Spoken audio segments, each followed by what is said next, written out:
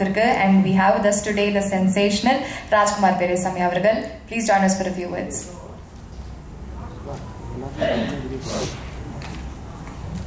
எல்லாருக்கும் வணக்கம். மேடையில் இருக்கிற பெரியவர்கள் எல்லாருக்கும் வணக்கம். எனக்கு இந்த ஃபங்க்ஷனுக்கு நான் வர்றதுக்கு மெயின் காரணம் இந்த படத்தோட ப்ரொடியூசர் கலைப்புலி எஸ் தானு சார்.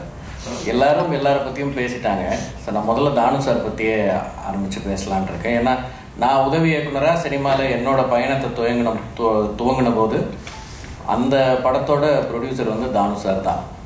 துப்பாக்கி படம் அது. அந்த படத்துக்கு தானு சார் தயாரிப்பாளராக இருந்தாங்க.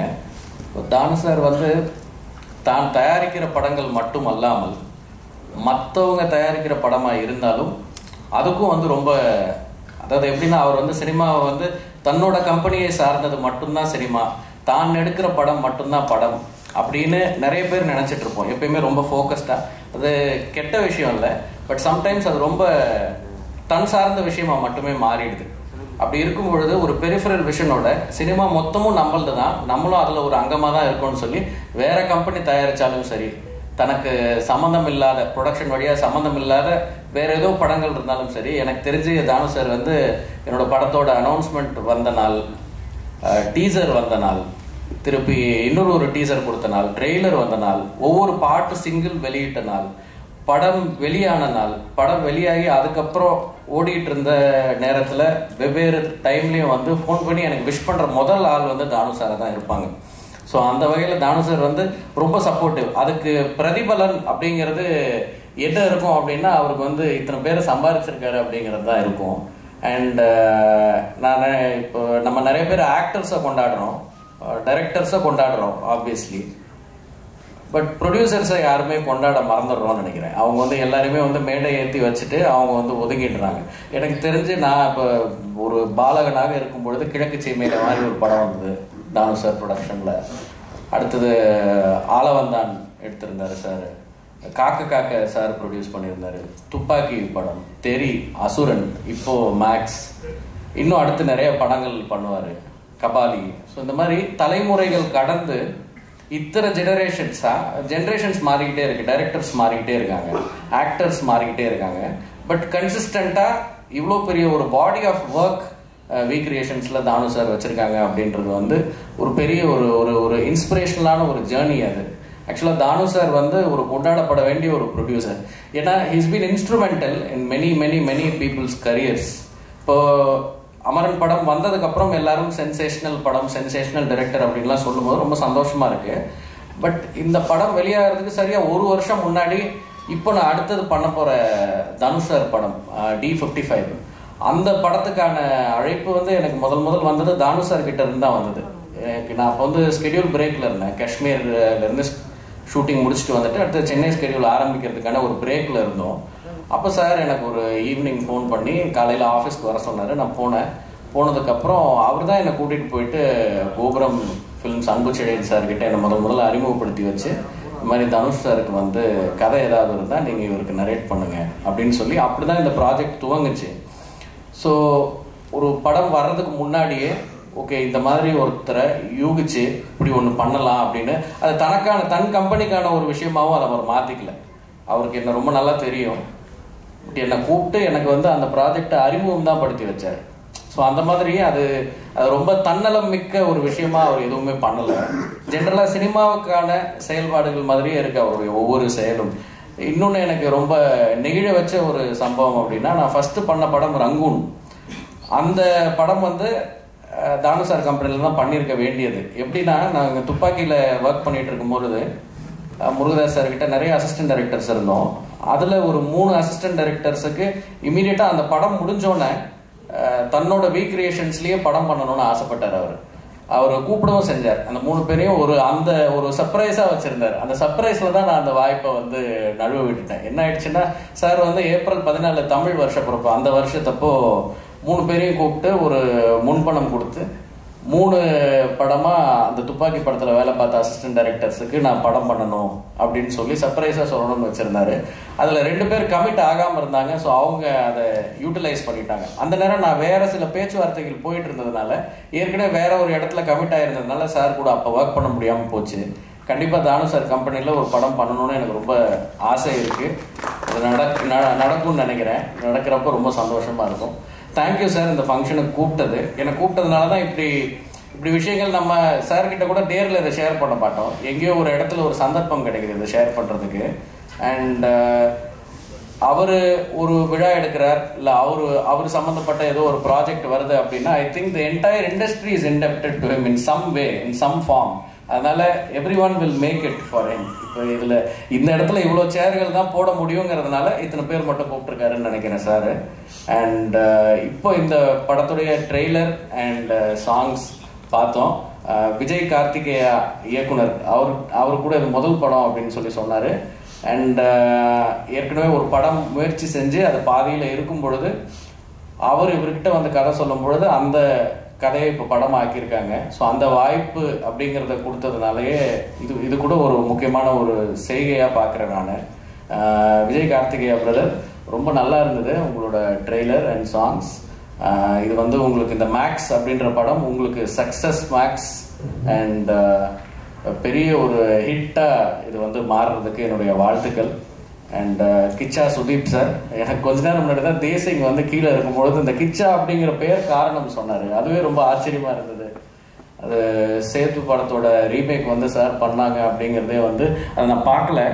பட் எப்படி விக்ரம் சாருக்கு வந்து அது ஒரு அடைமொழி பெயராக இன்னைக்கு வரைக்கும் இருக்கோ, அதே மாதிரி சாருக்கும் அது ஒரு அடைமொழி பெயராக அமைகிற அளவுக்கு அந்த கதையும் அந்த படமும் மறுபடியும் அதுக்கு வந்து அவர் உயிர் கொடுத்த விதமும் தான் அந்த பேர் அவருக்கு அமைச்சு கொடுத்துருக்கோன்னு நினைக்கிறேன்.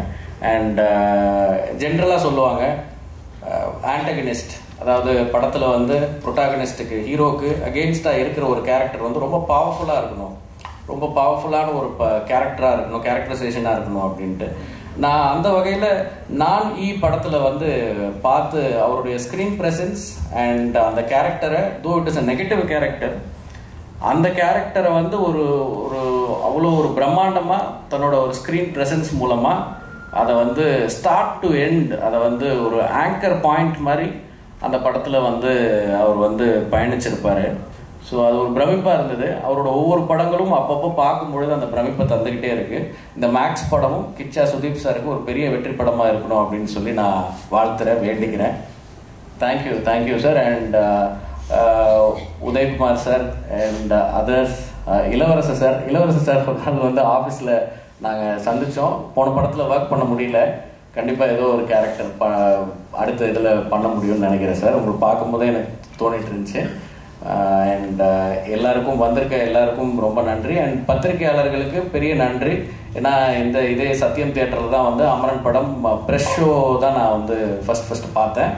அப்போது ப்ரெஸ் ரிப்போர்ட்டர்ஸ் எல்லாரும் இருந்து பார்த்துட்டு வெளியில் வந்து இங்கே பக்கத்துலேயே நீங்கள் எல்லோரும் தனியாக பர்சனலி எனக்கு வந்து நேரில் பார்த்து நீங்கள் எல்லோரும் படத்தை ரசித்து பகிர்ந்துக்கிட்ட விஷயம் வந்து என்றைக்குமே எனக்கு நெகிழ்ச்சியான ஒரு நினைவாக இருந்துக்கிட்டே இருக்கும்.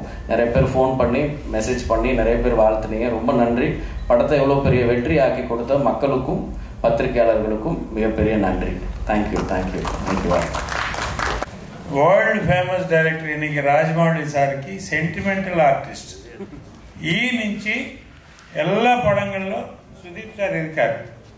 ஒரு சீனோ ஒரு கேரக்டரோ ஒரு ஃபுல் லென்த் கேரக்டரோ எப்படி இவர் கேட்க மாட்டாரோ, அவர் என்ன சொல்றாரோ சுதீப் இன்னைக்கு வாங்க சொன்னா வருவார். அந்த மாதிரி ராஜமௌழி சாருக்கு பர்மனெண்ட் ஆர்டிஸ்ட். அது வார்த்தை சொல்லணும்னு நினைச்சேன். Thank you, sir. ஒரு quick photo walk with the entire team. First, videographers நீங்க எடுத்துக்கோ.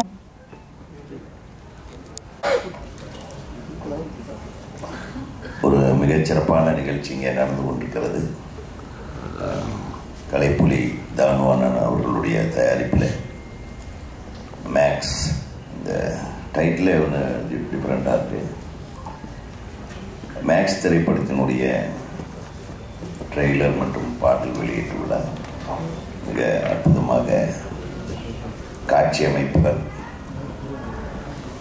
அந்த எமோஷ்னல் இம்பேக்ட் வந்து ரொம்ப நல்ல டைரக்டர் தம்பி ரொம்ப அற்புதமாக பண்ணியிருக்காரு. அதுக்காக அவர்கிட்ட உட்காந்து கேட்டுகிட்டே இருந்தேன், என்னடா கதை எப்படி அது கடைசி வரையிலும் சொல்ல மாட்டேன்ட்டான். உள்ள ஒரு மேட்ரு வச்சுருக்காங்கன்னு சொல்லி அவரு சொன்னார். கேமராமேன் வேறு நம்ம நடிகர் கேமராமேன். ஒரு மிகப்பெரிய எமோஷனல் பேக்டு சப்ஜெக்ட்னு தெரியுது இவங்க பேசுகிறத வச்சு பார்த்தேன். டெஃபினட்டாக இது ஒரு மிகப்பெரிய ஒரு வெற்றி படமாக தான் இருக்குது. ஏன்னா தான் அண்ணன் வந்து ஒரு பேன் இண்டியா படத்தை இந்த மாதிரி ஒவ்வொரு தமிழ்லேயும் ஒவ்வொரு லாங்குவேஜ்லேயும் கொண்டு போய் இது வந்து தனிப்பட்ட விழாக்களை செய்து இது வந்து மக்களிடம் கொண்டு போய் சேர்க்கிறாருன்னா அதில் டெஃபினட்டாக இது ஒரு மேட்டர் இருக்கும்னு நினைக்கிறேன். அப்புறம் இதனுடைய ஹீரோ எப்பவுமே இவர் ஒரு சீரியஸான ஹீரோவாகவே இருப்பார். நான் தூரத்துலேருந்து பார்ப்பேன், அப்படியே வரைச்சிக்கிட்டே போவார். அப்படி சரிங்க சார், உங்களை பார்த்தாவே பயமாக இருக்கு. ஏன்னு எஜமான்றேன் is one of the finest dedicated artist. எனக்கு தெரியும் சுதீப் அவர்களை, அவருக்கு என்ன தெரிஞ்சிருக்க வாய்ப்பு இல்லை. ನಿಮ್ಮ ತುಂಬ ಸಿನಿಮಾ ನಾನು ನೋಡಿದ್ದೇನೆ. I always appreciate your dedication. நம்ம அண்ணன் அழகாக சொல்லிட்டாரு. நம்ம சேம்பர் பிரசிடெண்ட்டு காற்றர்கிட்ட பிரசாத்தும் சொன்னார். நம்ம ரவி சார் ரொம்ப அற்புதமாக சொன்னார் உங்களை பற்றி. நம்ம தம்பி சொல்லும்போது இந்த நடிப்புக்காக தன்னை எப்படி வேணாலும் மாற்றிக்கக்கூடிய இந்த கமல் சார் மாதிரி ஒரு டெடிக்கேஷன் உங்ககிட்ட இருக்கும்போது டெஃபினட்டாக you will always win in your career, irrespective of the language, irrespective of whatever you do in cinema, because we are born for cinema, we breathe cinema, we live cinema, we love cinema. யாராச்சும் திட்டினா கூட cinema பேரை சொல்லி திட்டினா எனக்கு சந்தோஷப்படுவேன். சரி, ஐ use to நானே சில படம் பண்ணும்போது என்னடா இந்த மாதிரி படம் பண்ணிட்டான்னு என் படத்து பேரை சொல்லி திட்டுறான் பாருங்க, நான் ரொம்ப சந்தோஷப்படுவேன். என்ன கெட்ட வார்த்தையில் திட்டாமல் என் படத்து பேரை சொல்லி திட்டுவாங்க. அதுதாங்க ஒரு சினிமாக்காரனுக்கு அழகு. ஸோ அந்த மாதிரி சினிமாவை நேசிக்கிறவர்கள் இந்த மேடையில் இருக்காங்க. அதில் ஒரு சினிமா வெறியன் என் தம்பி மிஸ்கின் அவர்கள். அவருடைய ஸ்டைல் முழுக்க முழுக்க தனி ஸ்டைல். அது இப்போது ஒரு மிகப்பெரிய வெற்றி படத்தை கொடுத்திருக்கிற அன்பு தம்பி ராஜசேகர் ராஜ்குமார். அவர் ஒரு இந்தியாவே திரும்பி பார்க்கக்கூடிய அளவுக்கு ஒரு மிகச்சிறந்த படைப்பாளி என்பதை அதை நிரூபித்திருக்கிறார். ஸோ இந்த மாதிரி மேடை அற்புதமான நடன இயக்குனர் இவர்களெல்லாம் இருக்கிற மேடையில் நானும் வந்து கலந்துக்கிட்டு இந்த திரைப்படத்தின் வெற்றிக்கு வாழ்த்துவதிலே தமிழ்நாடு திரைப்பட இயக்குநர்கள் சங்கத்தின் சார்பாக நான் வந்து மிகுந்த மகிழ்ச்சி அடைகிறேன். இந்த படம் மிகப்பெரிய வெற்றி படமாக தான் அண்ணனை பற்றி கடைசியாக நான் பேசணும்னு நினச்சேன். அவருக்கு எனக்கு நெருங்கின ஒரு உறவு இருக்கு. அவர் தான் என்னை முதல்ல ரஜினி சாரை வச்சு படம் எடுக்கிறதுக்கு, ரஜினி படம் நான் அவர் சேர்ந்து தான் பண்ணியிருக்கணும். அது பல காரணங்களால் எங்கள் 2 பேர்த்துக்குமே அது அமையாமல் போச்சு. இல்லைன்னா எஜமான் வந்து he should have been the producer. அதனால் நிச்சயமாக இன்னொரு காலம், ஏன்னா நம்ம கொண்டு வயசாகிடல, இன்னும் சின்ன பசங்க மாதிரி தானே இருக்கோம்.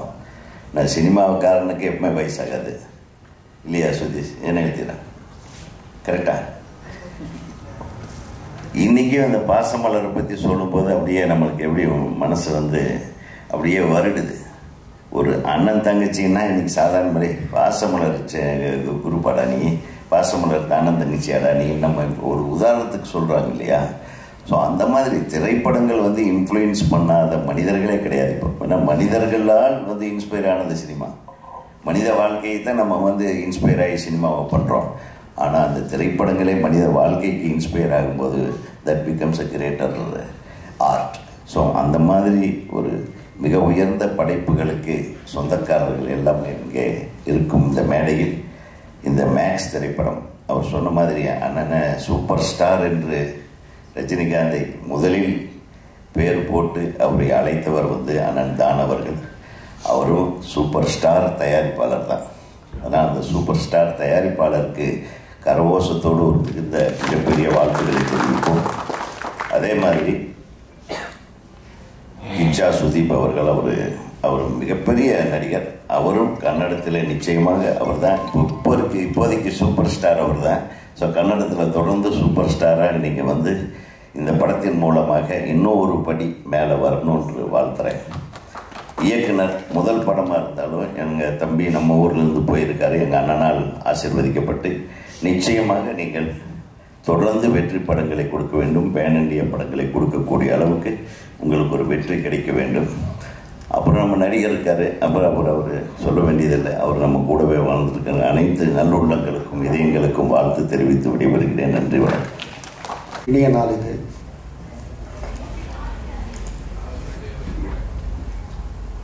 அகில இந்திய திரைப்பட சம்மேளனத்தின் தலைவரும் தென்னிந்திய திரைப்படத்திற்கு தலைவருமான சகோதரர் ரவி கொட்டார்கர் அவர்களே, முன்னாள் டைனமிக் தென்னிந்திய திரைப்பட வர்த்தக சபை தலைவர் காற்றகட்ட பிரசாத் அவர்களே, இயக்குனர் சங்கத்தின் தலைவர் தம்பி ஆர்வி உதயகுமார் அவர்களே, சின்ன குழந்தையிலேருந்து எனக்கு ரொம்ப நெருங்கிய பழக்கமாகி இன்றைக்கி என்னுடைய அத்தனை படங்களுக்கும் நடன இயக்குனராக பணியாற்றி கொண்டிருக்கும் தம்பி சோபி அவர்களே, இளவரசை பற்றி சொன்னோன்னா சொல்லிக்கினே இருக்கலாம். ஆழ்கடல் எண்ணம் அடலேட்டு வலிமை ஏழ்கடல் வண்ணமதை எண்ணத்தில் வடிக்கக்கூடிய ஒரு தம்பி இளவரசு. பன்மணி திரள் போட்டு நன்மை எழுதுனா அவர்கிட்ட கருத்துக்கள் ஏராளமாக வந்து கொண்டே இருக்கும்.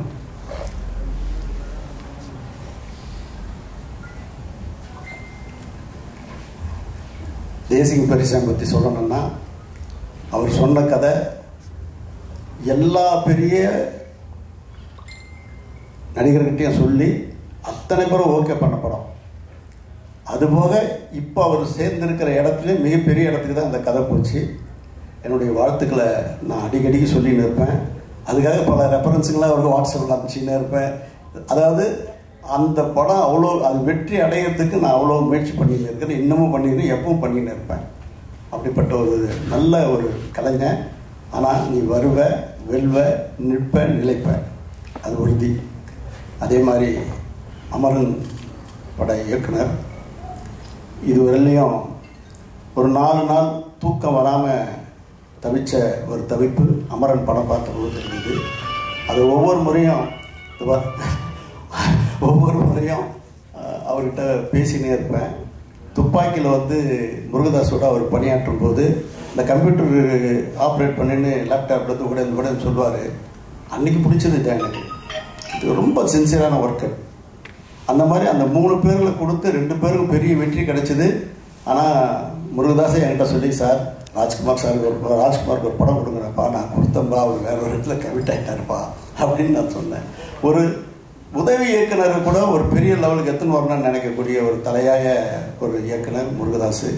அப்படிப்பட்ட பட்டையில் வந்தவர் மிக சிறப்பான ஒரு இடத்தை வகிக்கிறாரு. இந்த திரையுலகுக்கு ஒரு பெரிய கிடைக்க இல்லாத ஒரு அமுத அவர்கிட்ட கருத்து வந்துக்கிட்டே இருக்கும். அப்படிப்பட்ட மனிதர். அதனால தான் அவர் இட்டு போய் என் தம்பி அன்பு செடிகிட்ட கொடுத்து இந்த கம்பெனி நீ பண்ணணும் அப்படின்னு சொன்னேன். உடனே வந்து சொல்லி நல்ல முறையில் செயலாற்றினுக்கிறாரு. பெரிய எதிர்காலத்தை உருவாக்கக்கூடிய நவீன சிற்பிகளை ஒருத்தர். ஆனால் என் அகத்தை அப்படியே இறுக்கி பிடிச்ச தம்பி பிஸ்கின் பற்றி சொல்லணும். அவர் சொன்னார், நந்தலாலா கதை சொல்லும்போது நான் அதுக்கு முன்னாடி அந்நியன் ஒரு படம் விக்ரமுக்கு வந்திருக்கு. ஸோ அதை தாண்டுற மாதிரி ஒரு கதை சொல்லணும். ஏன்னா சித்திரம் பேசுறது இல்லை, அவ்வளோ பெரிய கலைக்கினவர். அவர் நந்தலாலா சொல்லும்போது ஒரு ரொம்ப கம்மியான பட்ஜெட்டில் சொல்கிறாரு.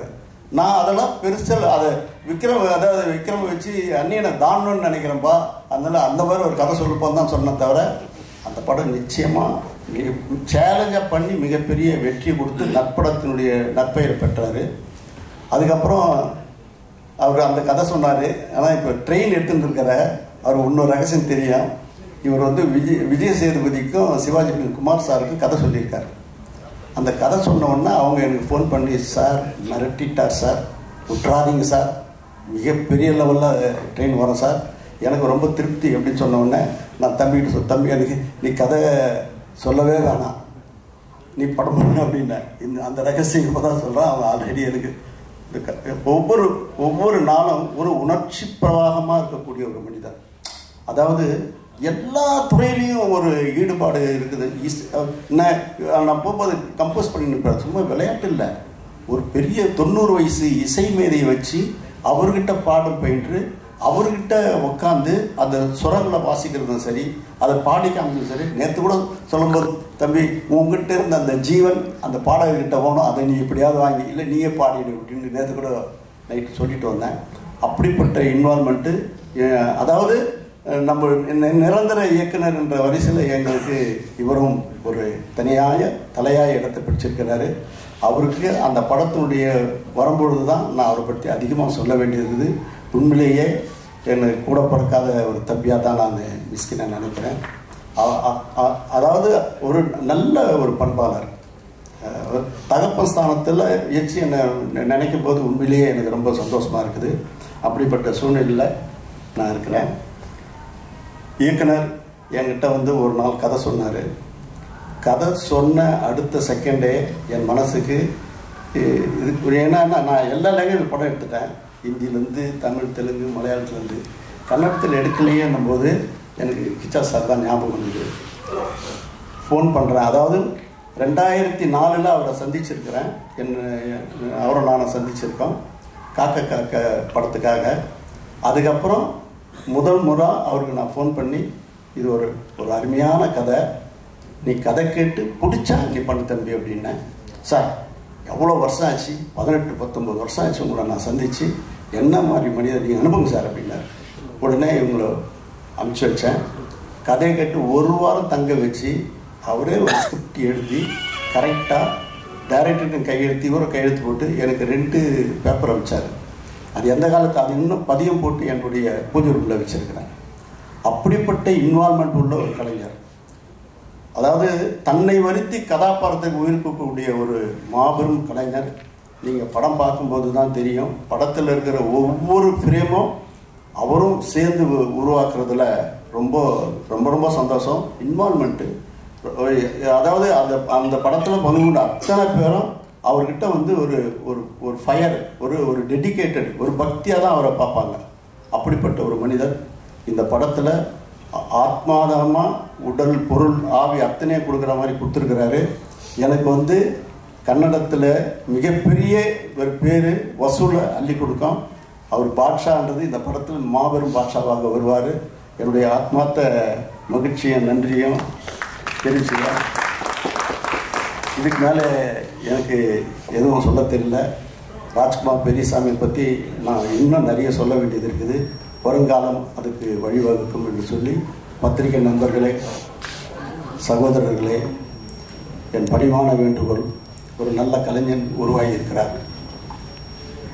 அந்த இயக்குனருக்கு நீங்கள் ரத்தன கம்பல் மீட்டு வரவேற்று நெற்றிக்கு வெற்றி திலகமிட வேண்டும் என்று விரும்பி விடைபெறுகிறேன். நன்றி.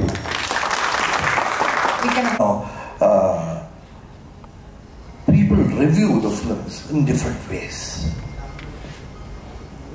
Due to that, the life of a film is at stake. So, it is one thing which I request everyone, every soul, every viewer, every audience in the industry, kindly enjoy films. Films was made for entertainment. தயவு செய்து I ask you to go back to COVID-ங்க. இந்த Covid பீரியட்ல நீ எல்லாரும் வீட்டில் இருக்க போகும்போது எல்லாம் பயந்து, நாளைக்கு நான் சூரிய உதயம் பார்ப்பேன்னா தெரியாது. அந்த டைம்ல இருக்க போகும்போது உங்க கூட ஒரே ஒரு ஆள், ஒரே ஒரு விஷயம் தான் உங்க கூட இருந்தது. என்ன? இந்த சினிமா இருந்ததுங்க உங்களுக்கு. நாளைக்கு கவலைப்படாதீங்க, நீ பாருங்க, நாளைக்கு திருப்பி பார்ப்பீங்க. ஸோ தயவுசெய்து அந்த சினிமாவுக்கு please stand by cinema. I have to first say that and only start. Then you've got great people here. You've got this technical kid, wizard, that is that Mishkin. All films is technically scripted. Technically script like he plays. That person is a dangerous person. He's a very dangerous person. Fantastic. And you got Uday Kumar, who makes you cry, makes you feel, and he does all those kinds of things. My dear Uday Kumar. And the Zero version, he acted. He's now become actor also. Going very great, really, very nice. And then I got my brother, Katakata Prasad sir. Then I've got all youngsters here, Shobhi and all, Daisy, and everyone, all, takes. But one thing I have to tell you about this person called Thanu sir. உங்களுக்கு இந்த தானு sir பற்றி நிறைய பேருக்கு தெரியாது. நான் 2 minutes கொஞ்சம் ஜாஸ்தி எடுத்துப்பேன், பட் அதை விட்டுட்டேன். எலுமிச்சை பழம் இருக்குங்க, எலுமிச்சை பழம் நம்ம ஜூஸ் பண்ண சொன்னா எலுமிச்சை பழம் எடுப்பாங்க. இந்த ஜூஸ் எலுமிச்சை பழம் போட்டு 2 வாட்டி பண்ணுவாங்க, கையில் பண்ணுவாங்க, சில வாட்டி பிழிவாங்க, சில வாட்டி இந்த மாதிரி ஒரு குச்சி இருக்கும், அதில் ப்ரெஸ் பண்ணி ஒரு வாட்டி அமுக்கிட்டு தூக்கி போட்டுருவாங்க. ஒரு வாட்டி இல்லை 10 வாட்டி அமுக்கி தூக்கி போட்டு அந்த எலுமிச்சை பழத்துலேருந்து ஜூஸ் எடுக்கிறவர் தான். ஏன்னா நான் ஃபர்ஸ்ட் இவரை பார்க்கறது TR sir, T Ramanujam uncle சொல்லிட்டு ஒரு அங்கிள் இருந்தார், அவர் எக்ஸிபிட்டர், அவங்க தான் பார்ப்பேன். இவர் எல்லா படம், பழைய படம், ஓடின படத்துலேருந்து கூட யார் காசு எடுக்க முடியாது அந்த படத்துலேருந்து. இவர் போஸ்டர் எடுத்துட்டு பிரிண்ட் கொண்டு போய் போட்டு அதுலேருந்து கூட காசு உண்டாக்குற ஒரே ஒரு டிஸ்ட்ரிபியூட்டர் இவர். அது ஏன்னா he has got a vision. தயவுசெய்து நீங்கள் எல்லாம் பார்த்துக்கலாம். நான் I told about him. Even I sit, as my brother told me, I look after Film Federation of India. I sit Film Federation of India, South Indian Chamber, I sit in the world body also, FIAT.